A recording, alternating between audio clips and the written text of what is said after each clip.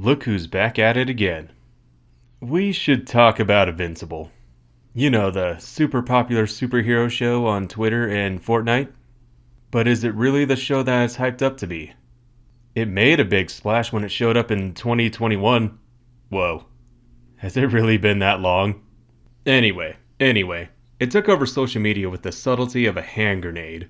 It wasn't until I saw the show that I was like, hey, that's that comic I always see on the shelf that has the most boring cover art. I mean, that show really did the comics wonders. Now everyone knows who Invincible is, and now we look to people who read the comics for any source material. Like, you can tell the longtime fans are really eager to share their knowledge of Invincible with the world. It's like reliving the obscureness of being a Marvel or DC fan again. Back when it was nerdy and lame to like comics and superheroes, and only the nerds knew who Captain America or Thor were. Now the entertainment industry is oversaturated with superheroes and everyone is feeling the superhero fatigue. But can the same be said for Invincible? Can he break the mold and keep people interested in superheroes? No. The struggle is real and Invincible is too late to the party, and I can't help but feel that we've seen all this before. For starters, Omni-Man is literally evil Superman, and they don't even try to hide it. I mean, we've seen this plot several times before, and it's starting to become a trope. What if Superman was evil? You mean like the plot from Smallville? No. Or Goku before he bumped his head? Or, or even the Iron Giant. Yeah, I went there. At this point, if I see a superpowered flying guy, I think it's safe to assume he's an alien, and it's a 50-50 he's going to save us or destroy us. But the show is about Invincible, right? Hold it right there. You created a show with a superpowered bad guy, and he's played by J.K. Simmons, and I'm supposed to hate him? The same guy who stole the show in The Spider-Mans. Yeah, right. Anyway, yeah, sure, Invincible. The uninteresting Nightwing with Superman's powers. Like, this character, what am I supposed to talk about with him? He loses all his fights, and he has no time to develop his character, because there are a million other characters, which I guess isn't his fault. But seriously, Omni-Man was gone for a couple of episodes before he came back to give Mark something interesting to talk about. I get it though.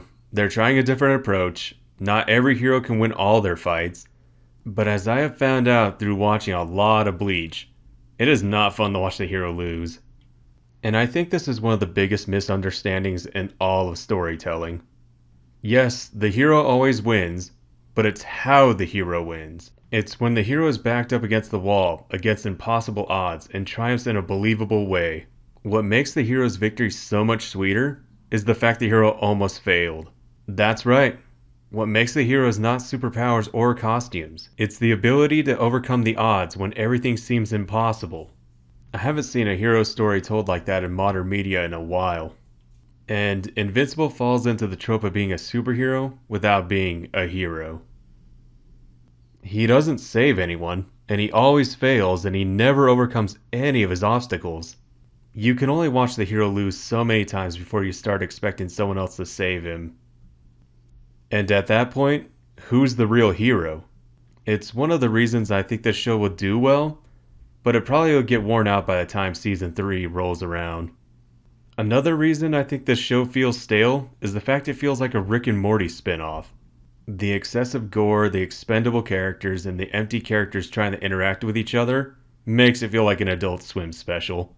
Not to mention that Cecil guy with the teleporter is basically a Rick. But yeah, it's hard to care about a world where everyone is constantly dying and people are made of paper. Like, at any time a character could explode into a million pieces and never be mentioned again. Or maybe they mix it up and a character is clearly dead and is brought back with miracle science. You know, 'cause a bullet wound to the back of the head? Just a flesh wound. You could probably get away with suspending my beliefs and convincing me that the characters could survive, but you don't get that luxury when you fully animate their brains getting blown out. Sorry, doesn't work like that. And when the expendable heroes are getting massacred and surviving, who says the villains won't do the same? I can fully expect a villain they obliterated to come back from the dead in a later season just because they put him back together. So yeah, this whole excessive violence and gore doesn't really do the show justice, but that's my opinion. The last point I wanted to cover kinda has to do with the other ones. They claim that Omni-Man was changed from being on Earth and the people there made him emotionally weak. Excuse me, but when were we ever shown that? In the Invincible universe, everyone is an asshole or an NPC who's about to get quick saved. When was Omni-Man ever exposed to the good side of human nature? A 1 minute flashback of his kid playing baseball? It's just amazing the shortcuts they take to create these dilemmas that just aren't there.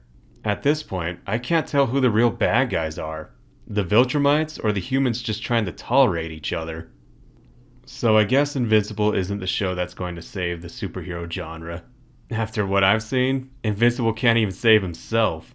But he's got all the superhero things going for him, right? Superpowers, a supervillain, a super girlfriend, a multiverse, and a whole universe to save. Sure, but who is Invincible? Why should I care about this character?